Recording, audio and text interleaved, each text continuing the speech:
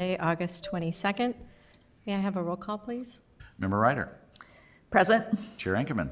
Here. You have a quorum. We have a quorum. Yes, we do. So the first order of business is approval of the minutes from our last meeting, which was June 13th, 2022.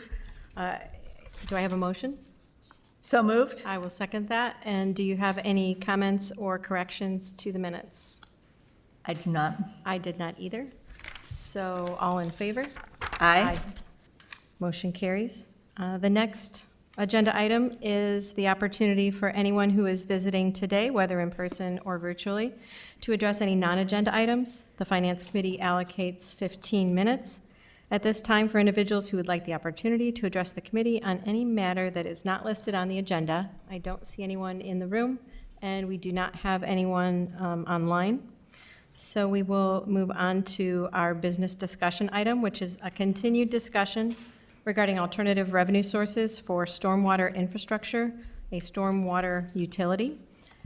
This is one of a number of meetings that we've had discussing the stormwater utility potential, as well as other financing options for the stormwater issues that we have in the village. The need for addressing some of the problems that we have is, very clearly outlined, and depending on which projects you include and, what kind of estimates you use, we're definitely talking tens and tens of millions of dollars. So we've taken it very seriously to look at various revenue sources, and I'm hopeful that today that the Finance Committee would be able to make a recommendation to the board to consider a course of action. And so our goal today is that we might, at the end of the meeting, be able to make a recommendation for the board. And of course, many of the board members are already here, but we need to proceed from the Finance Committee first and then before the board. And so that's our goal. So at this point in time, we have, a memo to discuss, which kind of, reiterates where we are in terms of stormwater infrastructure funding. I don't know if Drew or Bettina or Jeff want to kind of make one final summary for where they think we are. And I think then we can ask questions or make our recommendation. I think we've really talked about this quite a bit. So, Drew, do you have? Yeah, I think you've summarized it well. I don't know that I need to go back through it. I would say the timeline really kind of lays the path that we followed to get to this point. Yep. And that's that last page. correct in the That packet. if you want to look at the packet, it says stormwater utility revenue timeline. And so you can see, I'll let you walk us through that. And I really was just going to say the kind of the fabric that it is, from string from all of that is woven together in the ordinance, the draft ordinance, right? It's kind of pieced together all the direction that's been received thus far, working through all the various meetings of this body, and ended up in the draft ordinance. Ben Schuster's on the call. He is drafted that based off all those pieces. It really has its foundation in what the Village of Libertyville has put together. I would say, of the noteworthy things and that's been talked about, probably the most recent critical pieces to the puzzle is, and I keep mixing analogies, so sorry about that. But the one piece was who can get carved out for this, who can make a case saying, I'm not creating or adding to the stormwater issues. And we've talked about a lot of that's driven by geography in Lake Bluff. And we were talking about what is the extent that somebody can get a good credit. And at the last time we were talking about this back, I think at the Village Board Committee of the Whole, was actually, we were talking about how the draft in staff's mind was at 50% based off some guidance that we received from the village attorney about some ongoing litigation that's been moved down to 75% in terms of, so a greater credit. Additionally, we had been talking internally for a very long time and sharing, of course, with you all about just the overall methodology and the approach of this. There's communities, there's hundreds of stormwater utilities throughout the United States. There are almost 100 in Illinois, I believe. and they're all different in that there's some similarities, right? But the methodology that we've chosen to put this together in terms of the village approach is doing it by zoning category and grouping properties that behave similarly and are regulated similarly in terms of impervious surface. And we've talked about this with the village attorneys, and they're comfortable with this approach, and it's a defensible approach. It's not on the continuum of things where some communities have gone to the trouble of measuring every square inch using, satellite photography. We're not at that, and we've talked about that. The guidance has been, don't go to that level. We don't have those types of resources. We don't want to go down that path. So we're closer to that than we are in some communities where they just come up with a flat fee, or they say, here's your water bill and here's a fee. So we're more on that side of the spectrum, which is attached to tangible use of property and reflecting by zoning district. So that's another highlight.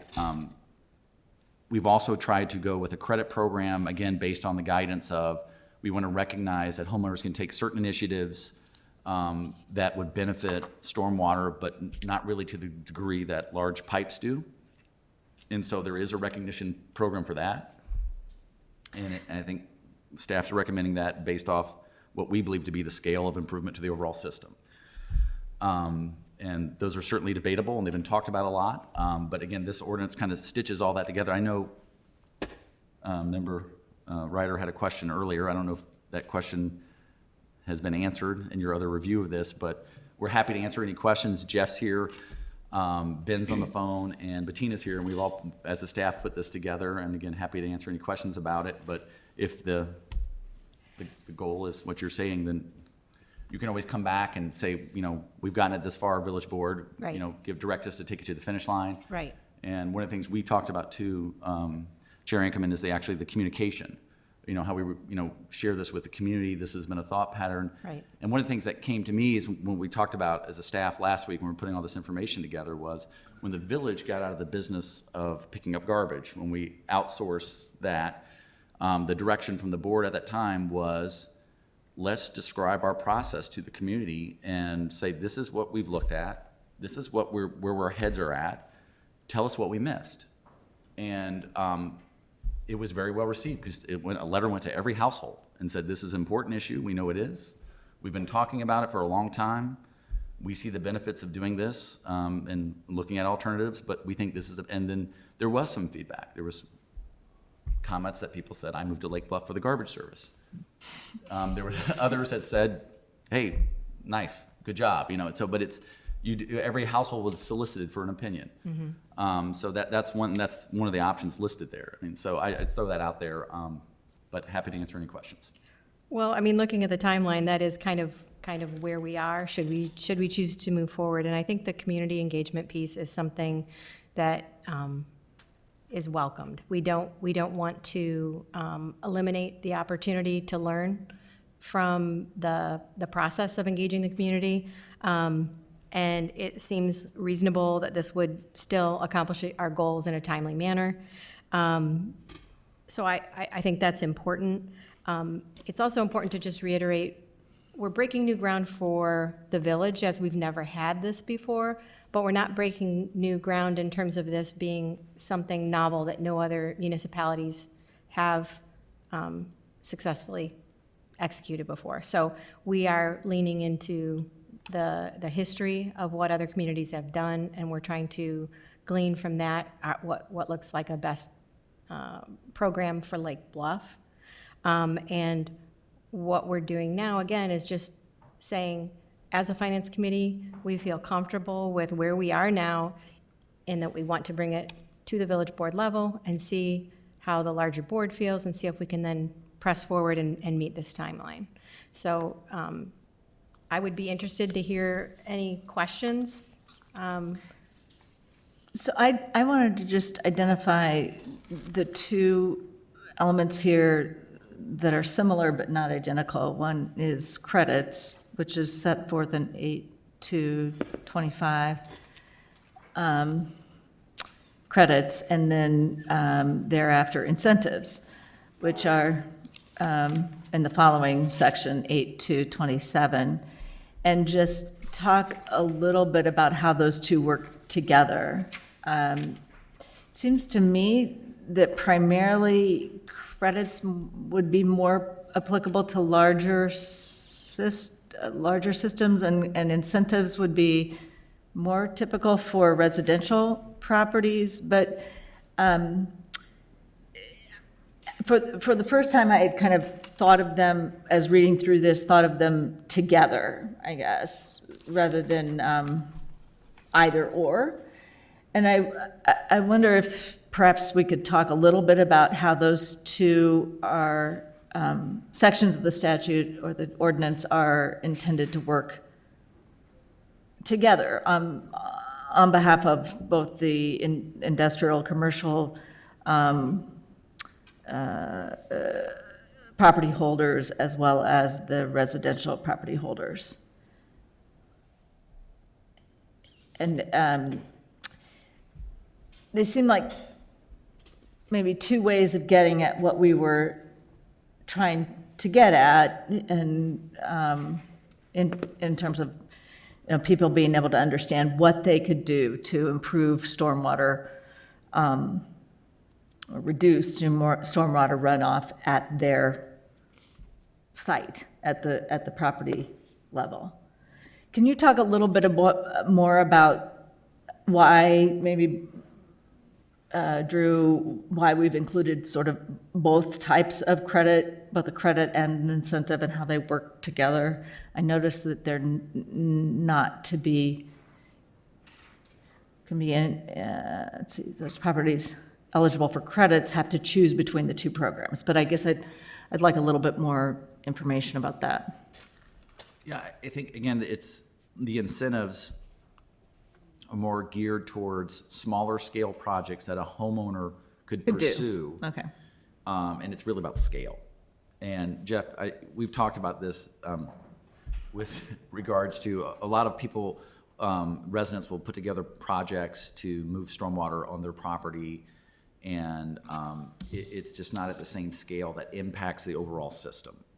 They may improve their property in certain small events and are best But managed providing that practice. same kind of incentive structure for homeowners to be able to think about maybe their behaviors and how they impact. Rewarding those behaviors, Right. yes. Right. But also acknowledging that it's not having an overall system-wide dent. Right, right, right. Mostly, Charlie, like Target would be eligible for all the incentives. They could come in and walk out with $1,000 of incentives because their pond does all of those things. The credits are more, like Drew was saying before, subject to geography. If you live somewhere where you don't contribute to systems that we own, then you'd be eligible for a credit. But any homeowner could do something to get an incentive. The incentives, I don't know how clear it is there, but they're one-time payments. Okay, that was my other question. It appeared to be a one-time payment, but it wasn't an annual payment, right? Every year you have a rain barrel, isn't an additional $25. There will be applications with the incentives, and, there's, a lot of this came, there's a program, I think it's in Champaign. They have a 136-page book on how to use their credits and incentives, so I was hoping to get past this part before we started working on, the manual and the kind of the dirty how everything's gonna work in practice. So if we like this, then we can go back and kind of write the more fine rules on how those would work. But it's intended, like I said, some properties just would never get a credit based on where they are and where their stormwater discharges to. People could put things in their yard, but you'll never get to a zero discharge because the soils we have won't infiltrate enough water unless you are right on the beach, which I don't know that we even have any properties that have enough sand to do that. So most of the people eligible for credits are people in like shore acres where they have private street, private systems, or people who directly discharge to the Skokie. So what I liked about this statute is that we've managed to capture both of those, right?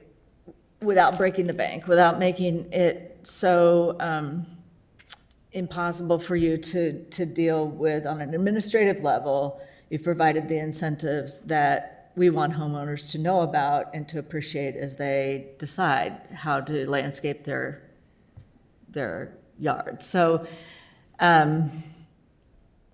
For me, it was good to have this set forth in statutory form, ordinance form, and be able to read through it. I think it balances the various interests, and to my way of thinking, we're ready to move forward to present it to the board.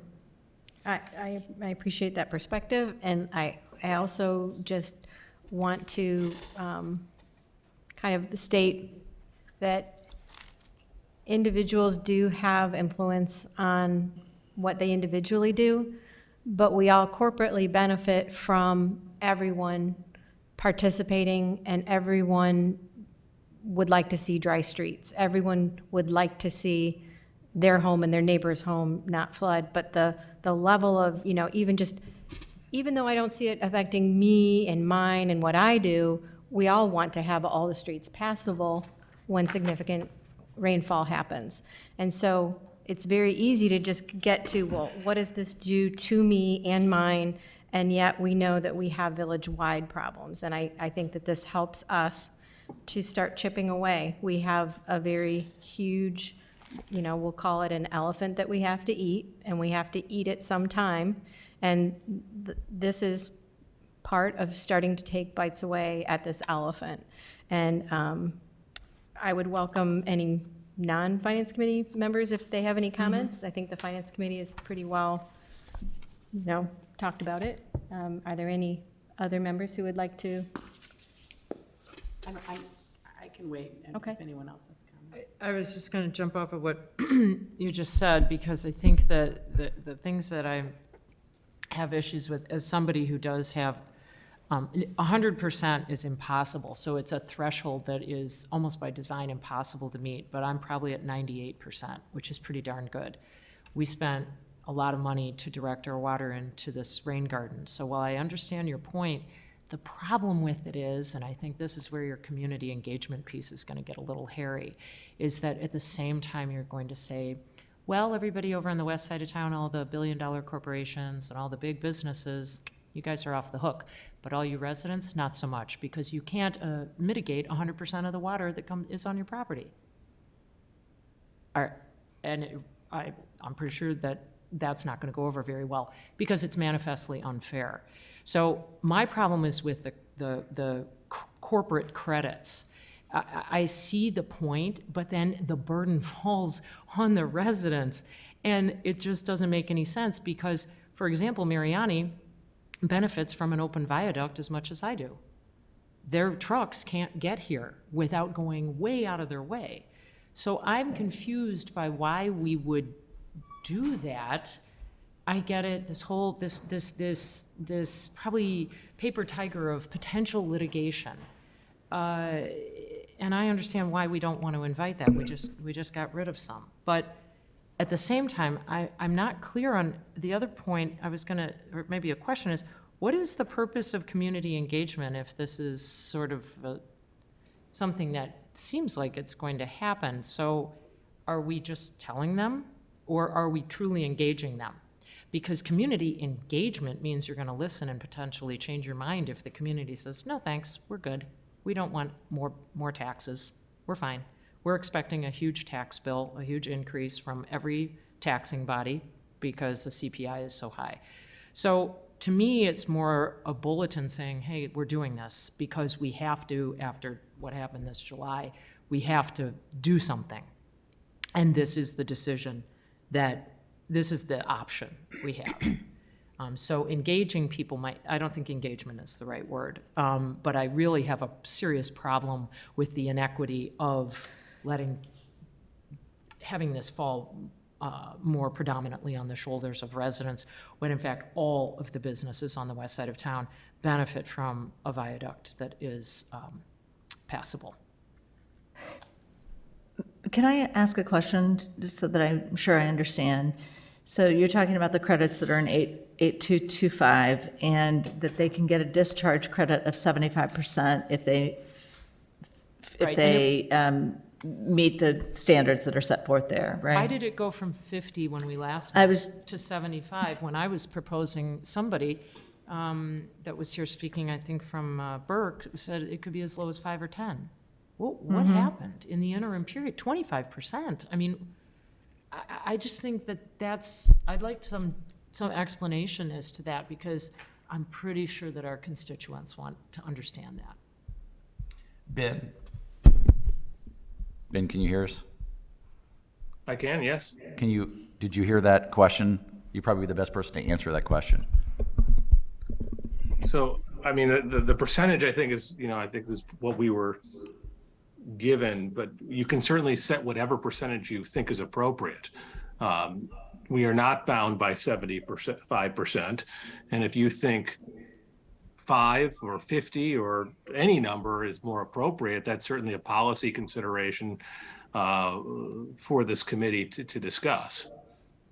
And let me give a little more context. We've talked about this number a lot internally, and that, if you remember when Village Attorney Peter Freeman was at the last meeting, we were talking about this, and the conversation came up that Elrod and Freeman were defending some of their clients, the litigation surrounding this issue, and that the criticism was, if you didn't give an ample credit, then the system could fall apart. The idea that you should, and I think, Ben, correct me if I'm wrong, you were advising your clients to go down to 10%, which is essentially a 90% credit. Something somewhere between, or less than 25% anyway. But the idea was that there is, they need to have a pretty strong relief from payment if they could prove that they weren't contributing to the problem. You know, on its face is that if they can show and demonstrate through engineering. Which of course they can, because they're in a different watershed. So it's a self-fulfilling prophecy. And I understand that. But Jeff said at a previous meeting that so for example, if you can't mitigate 100%, the idea is you have to pay in, just as Trustee Ankerman just pointed out, because this is a community thing, right? We all benefit. I understand that. But then any money we don't get from them then has to be gotten from somewhere, because we still have to debt service the same amount of money, so all you do is end up dipping into the pockets of residents more. And I understand, I just read what Northbrook does. So Jeff will be busy for a while, because the village engineer has to go out to the property and establish that this is in fact the case, et cetera, or Christopher Burke or somebody, if we hire somebody else to do it. I'm just taking the devil's advocate point of view of saying, I'm not sure that having all these people, engaging these people, getting their feedback and doing it anyway, and then letting them know maybe after the fact that they're on the hook for the majority of it is going to be particularly popular with people. So at a minimum, we have to be honest with them and say this is predominantly going to be borne by residents and not by our corporate friends to the west. I just think anything else would be manifestly unfair.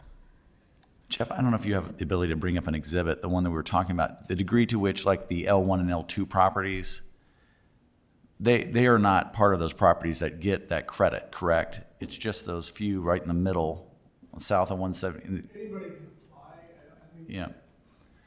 most of the industrial parks would not be eligible for credit for the storm sewer in the industrial park. The oddball is now some Mariana whole peninsula between railroad tracks. Right. Skokie, I believe, now contributes to that system. Remember that 176 is an IDOT road, there's a ditch along there, and pipes are along the IDOT, not us. Those two are kind of the only ones that I can think of. I think most of the credits, towards up at the golf course, all those people who live on private road, we don't have any infrastructure in Right. Short Acres Drive, so they would all be credit. There are a few lake lots residential that have their stuff going down the Bluff. So some of the largest pieces of property, like Canals is easily the biggest piece of property. I don't think they'd be exactly what it would take. To be close. There's a lot of pipes through there. I was just wondering if maybe you ought to come to the mic, just because it just occurred to me, that, you're saying great things, and people, if they ever want to re-listen to this. All I want to understand is, what are we really talking about when we say this number? Because it doesn't read well. Business-wise, I think it's, when we talk about Canals, I'm pretty sure they do have, I know they have some of our pipes going through Canals from under 41, so I think they would be in. Mariani, I think, get the full credit. And then maybe some places in the DeMarie industrial area along 41. We don't have a whole lot of infrastructure up that way. They might be eligible for the credit as well. And you mentioned the golf course, you're talking about properties near it, not the golf course per se. I mean, the Park District is implicated in this as well. It aren't is. they? Yes. Yeah. I don't remember saying golf course, but the golf course, most of it drains directly to the Skokie. Some of the stuff up by the rec center does not. Right. I don't remember exactly how their parcel layout is. And again, the overall goal is to try to, and the reason why it was organized this way is to treat properties who behave similarly in terms of, who are regulated in the same manner in terms of impervious surface limitations. So the idea of, if you're up in the estate districts, you're gonna have larger lots, but with typically less coverage. When you look at it, it's green, right? And so that tends to jive with the goal of trying to get properties that have greater impervious surface and are therefore trying to encourage certain behaviors or how they manage their properties in Right. terms of how much impervious surface they keep or dispose of. So for example, the carriageway, which has that huge parking lot, that would be in. Yes. They're They would in. be ineligible for credits because Got it. we have pipes that serve that. I think that distinction is important to point out to people, like examples. I don't know if Ben thinks that's a good idea or not, but I do think it's important so people feel like this is an equitable application. And I think that's the importance of what I call community engagement. Right. It's not anything other than us saying, we've made our best effort to try to chip away at this problem. This is a reasonable solution. This is how it will be, we foresee it being rolled out. And there is the opportunity for people to point out something that may appear inequitable or something that has been overlooked. And I don't look at anything as a foregone conclusion, and the process is long and arduous. And I think that we've worked really hard to kind of vet out our options and get to this point. I think that following along on our timeline, it's important for us to just keep on track so that we continue and now establish a funding source. And when we talk about who's on the hook for this, it isn't that we're saying we are undertaking the full, a $50 million project, and so then each resident divide number of households, okay, that's what you're paying. That's not what we're doing. We are chipping away at a very longstanding problem, and this is a logical methodology, and it's our goal to start this process by following this timeline and working toward that goal. Everyone is benefiting from great roads. Everyone is benefiting when no one's house floods, and that's our goal. That's what we're doing. There's no hidden agenda, and we're not trying to do anything other than move toward a solution. So with that, are there any other questions? I had a question. Sure. Very different question. I'm curious about the incentives, how they're defined, and how we would go about implementing, so that, for instance, I'm interested in, as a resident, doing all of those things. But how, is there gonna be information about what specifies a rain garden or runoff volume reduction?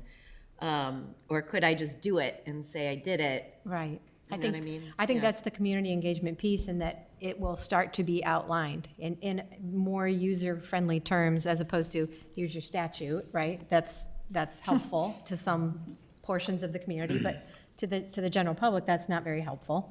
And so it will need to be brought out in more of a flow chart and a diagram and images, and just looking at the impact of, if my annual impact is $109, maybe I'll have a couple of years before I can use that entire incentive, right?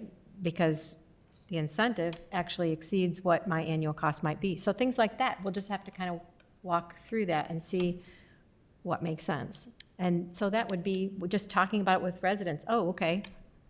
How do we make that make sense? And there'll be a manual that will come along with it. Most communities have a credit and incentive manual. And the incentive is, as Chair recommended, it wouldn't be a credit of the $109 per year. I mean, the way this is set up, it would be a check for $250 even before you pay in. That's the differentiating between the incentive and That credit. sounds very appealing. But we can talk about that there further. would Right be- now, what we're trying to do is recommend it to go to the board so that we can then kind of work out more of those fine details.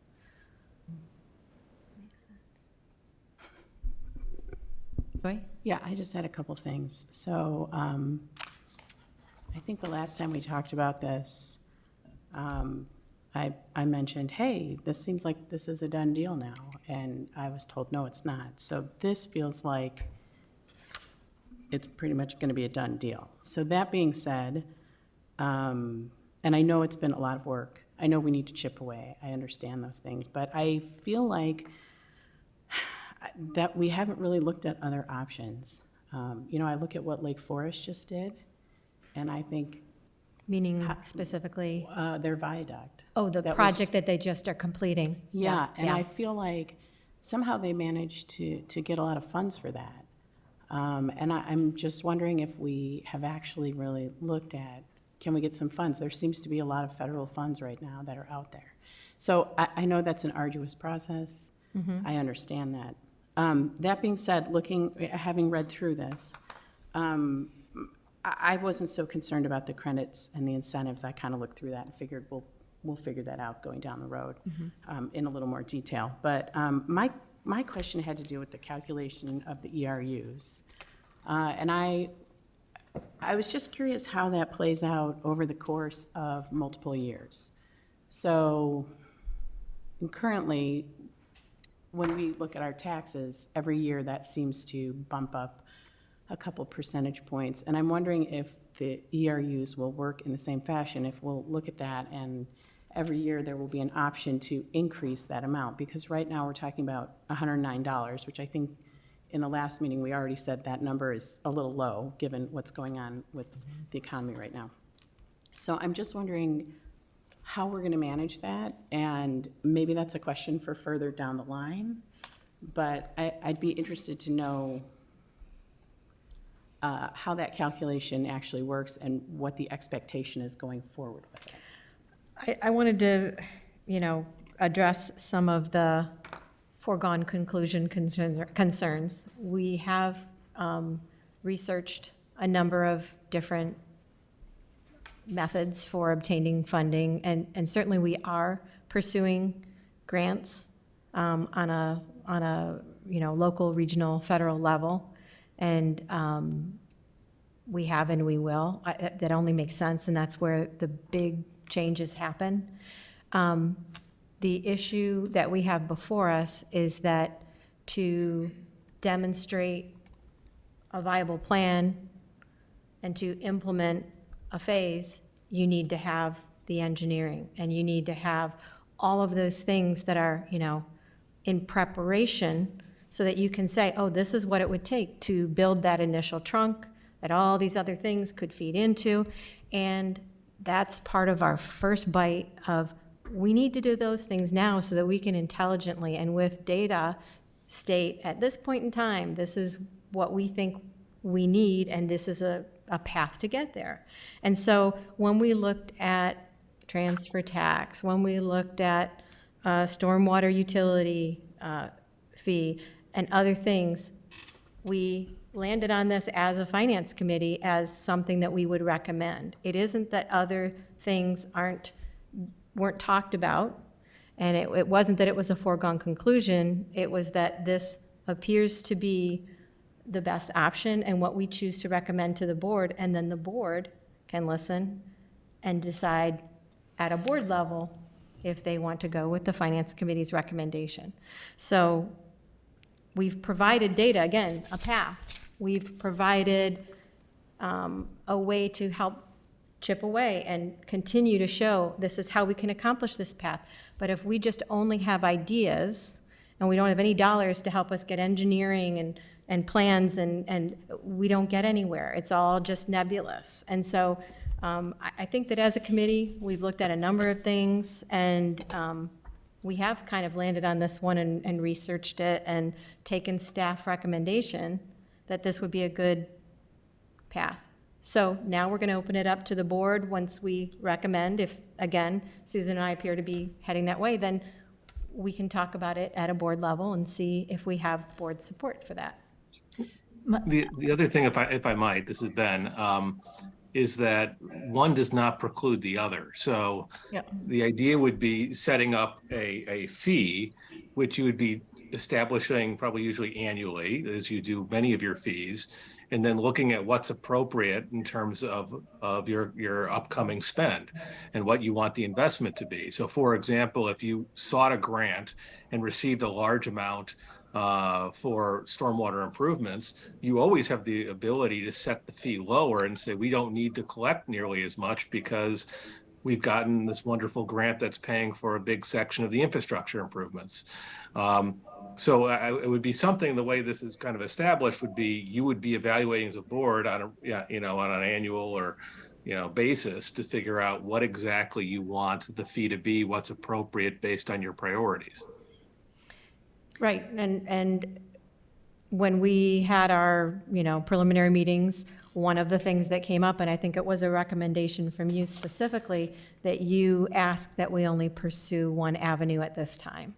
And so that's kind of Not a how things transfer got tax pretty as well. narrow. Yeah. It really is. And so, but as a finance committee, we have to decide what we recommend. We'll bring it back to the board, and then everybody can weigh in again. But it was actually in response, that we not just. I guess I would prefer that we not do either of those things, but that's not where we're at now because we're not. And I guess more of my question is how we'll manage the fee going forward.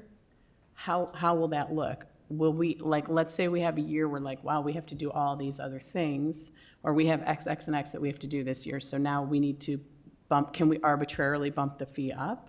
Or is there some sort of structure outside of just it's a calculation? So just as we evaluate the water fees every year and we have the fund balance and we look at, where the fund's headed and what available dollars there are for capital and for the normal maintenance costs, there'd be a fund set aside and a similar, if not same, evaluation done for the stormwater fee. And the rate schedule would be determined by the board, just as the water rate is. Would there be a cap to that? Will we It would say be we don't go entirely, over? it would be entirely up to you. We currently, alternate the rate increases. There's years that go by where there are no increases at all. And I would assume the storm utility fee would be handled the same way. It's going to have its own fund and its own calculations. And this may be, you may have already may recall this, but the fee that's kind of backing into a fee to back into a number that can feed a debt service for a $10 million bond, right? The idea to bite off a significant investment in stormwater infrastructure. This is not like a lot of communities do, roll in maintenance fees, to pay for staff, to pay for other maintenance activities. This is purely capital investment for identified projects. And it's not all of them. It's about what's affordable in terms of the village being able to continue to invest in its other assets at the same level that it needs to stay apace with those pieces of, whether it be streets, water systems, and so Right. forth. I think that's understood. I'm just picking up on Joy's point, though. I think what that's not, this isn't an either or, it's exploring. I think it begs the question, why was Lake Forest able to get the money and we haven't been able to? But as a jumping off point, we have the $756,000, the ARPA money. Was that not earmarked for infrastructure, or am I thinking of another amount? It's earmarked for the lead line replacements that were mandated in the next 3 to 4 years. Okay. So it was initially limited to infrastructure and then earmarked at some point for lead line. Right. Within the village's fiscal planning. Yes. And I think the one I was distinction. going to say that seems like the obvious place to start with that money. And I wasn't aware that that had happened, which is, no trustee should sit there and say that, but I don't recall being a party to that conversation, so. The Deer Path, I think, is that the intersection you're talking about? And the viaduct there. Yeah, too. so that's state infrastructure, and that one of the differences is that the city agreed to take over the jurisdiction of the pumping station, and I'm not sure the entire intersection but there was an acceptance of they're gonna manage this moving forward and be responsible for the replacement of it in the future and the ongoing maintenance. Yeah. So, They gave a land also for westbounds. On the So golf they course, yeah. They gave infrastructure also for the construction of that Yeah. to the state and getting responsibility for it going forward. So if I might, though, in addition, as I understand it, even if we got all the money in the world for the viaduct from the state, we still have the pipes that are the branches off of the viaduct that we need to pay for, and that money isn't going to be paid for from the state. So, as I understand it, so even if we accept that we're comparable to the Deer Path Viaduct somehow, our 176 viaduct, we're talking about significant millions, multi-millions of dollars that need to go into the pipes downstream from that viaduct that we don't have, as I understand it anyway, a hope that we're going to get the state coming to our rescue to come pay for doubling the size of the pipes that come down North Avenue. Am I right about that? I mean, so we have to invest in that, even if we got the IDOT to pay for everything to get the bigger pipe under the viaduct. That's true. Pardon me, that's true, but Jeff, correct me if I'm wrong. If the viaduct, you have all the water coming, like I'm thinking of the terraces, part of the reason that people experience flooding is because the capacity look at Dallas, right? So they just had a 1,000-year rain event, which is remarkable. And the capacity, I mean, it's just insane that just happened. The capacity gets to the point underneath the viaduct where the water is staying because it can't move through quickly enough. So it ameliorates that somewhat with that. Obviously, there's aging infrastructure that needs to be replaced, so you're right. So then that begs the question, is this inevitable that at some point, to Trustee Ryder's point, that we are facing this regardless, but I still think that Trustee Markey makes a good point. Is this the only way to pay for that? Is this, I'm just asking the question because I think we The have answer is to. no, it's not. Yeah, and I feel like, I just want to make sure that we're looking at other options. This to me is like, we wouldn't be looking at this ordinance if it wasn't out of the station and on its way.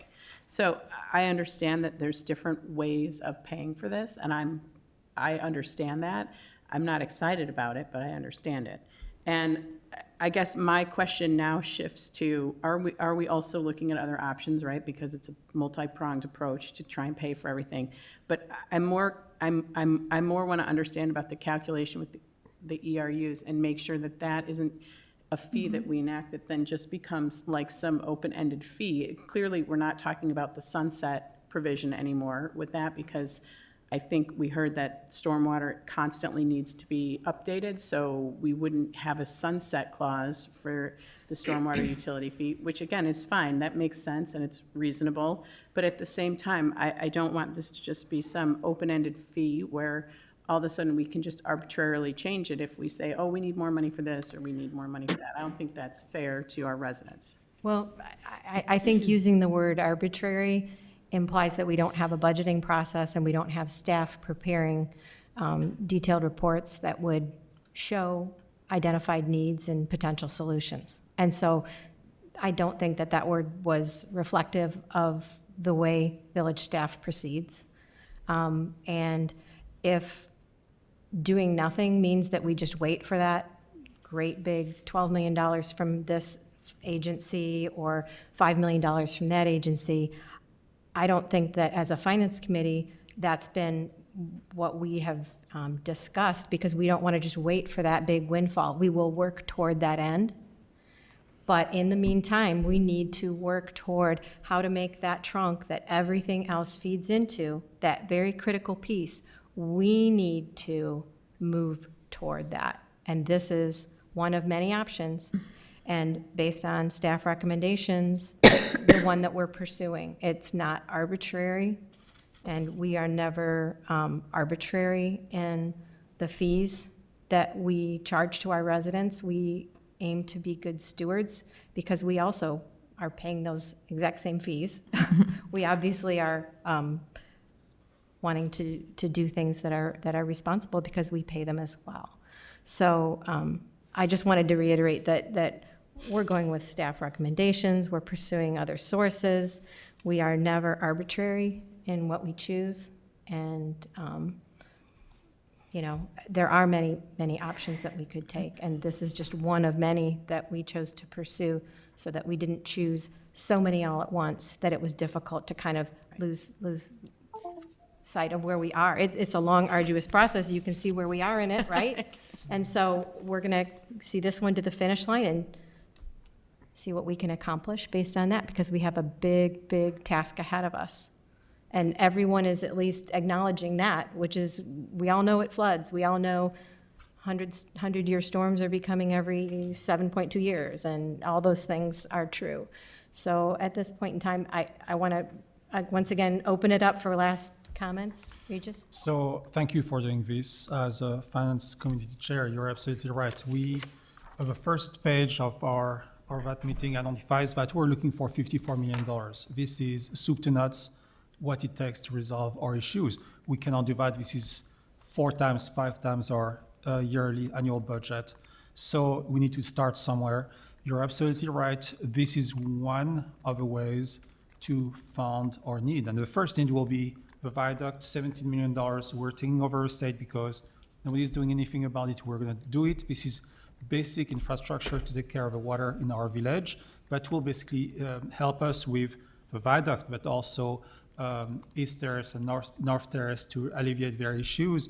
And that helps us basically now build upon that infrastructure to build on the rest of the village wherever we are on this side for this watershed, not on the other side of Green Bay. But we're not stopping with this fee. This fee is one solution. We're also, of course, talking to other sources of revenue that are at the federal level and so on to actually help us achieve that. This is a big deal. We are taking on this board the things that have not been done for the past 75 years. That infrastructure is crumbling.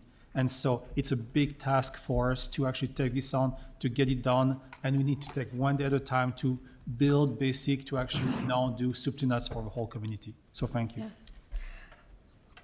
Yes. Any final comments? Well, I did just want to say, I know, like, I'm not saying the most popular things. I feel like they need to be said. I know you guys have done a tremendous amount of work, and I appreciate it. Thank you. And I know we're looking at a multi-pronged approach and what have you. I just want to make sure we're kind of making sure we cover all of our bases and think about all the different pieces. So, and I thank do you. welcome those comments because it makes us have to answer that. And that's what we're supposed to do. We're supposed to think about it from all perspectives. And it's, uncomfortable, but we have to do it. We have to do it. So at this point in time, do we want to make a recommendation? Let me see if there's any comments from the public. Oh, that would be a great idea. I didn't think of that. Has anyone even tuned in to the meeting? there are some folks tuned If in. anyone is tuning in and would like to, actually, we have members of the audience here now who were not here earlier. We would welcome any comments you would like to make at this point in time. I'm hearing none from the visitors in the room. We're not seeing any virtual comments. At this point in time, I would welcome a motion to make a recommendation to the wider village board to enact the steps toward the stormwater utility revenue timeline and see if this has wider board approval. Do you have a more concise motion to make? So I would move that we proceed to recommend this to the wider board. The one thing I'd like to have us continue to consider is whether or not the 75% credit as stated in the statute ordinance is the right number, and for us to continue to consider whether or not there's a lower number that makes more sense. This is a draft at this point, so As, certainly- as drafted, I'm Yes. comfortable recommending it to the board and would so move. And I will second that. All in favor? Aye. And looking at our agenda, there is a staff report, but perhaps the staff report was what we just talked about at length in terms of how we got where we are. If there's any additional reports to be made, this would be the time. The only thing I was going to add, Bettina won't be able to join us in tonight's village board meeting, so if there's any questions or comments about the warrant or the finance report, she'd be happy to answer any of those questions. I see. I did not have any at this time. And I'm hearing none from any others who are present at this evening's meeting. So thank you for attending, and thank you for all your comments, Jeff and Bettina. And so at this point, I would entertain a motion to adjourn. If Susan would like to make a motion to adjourn, that would be welcome. So moved. And I'll second that. All in favor? Aye. Aye. We're adjourned. Thank you. Okay.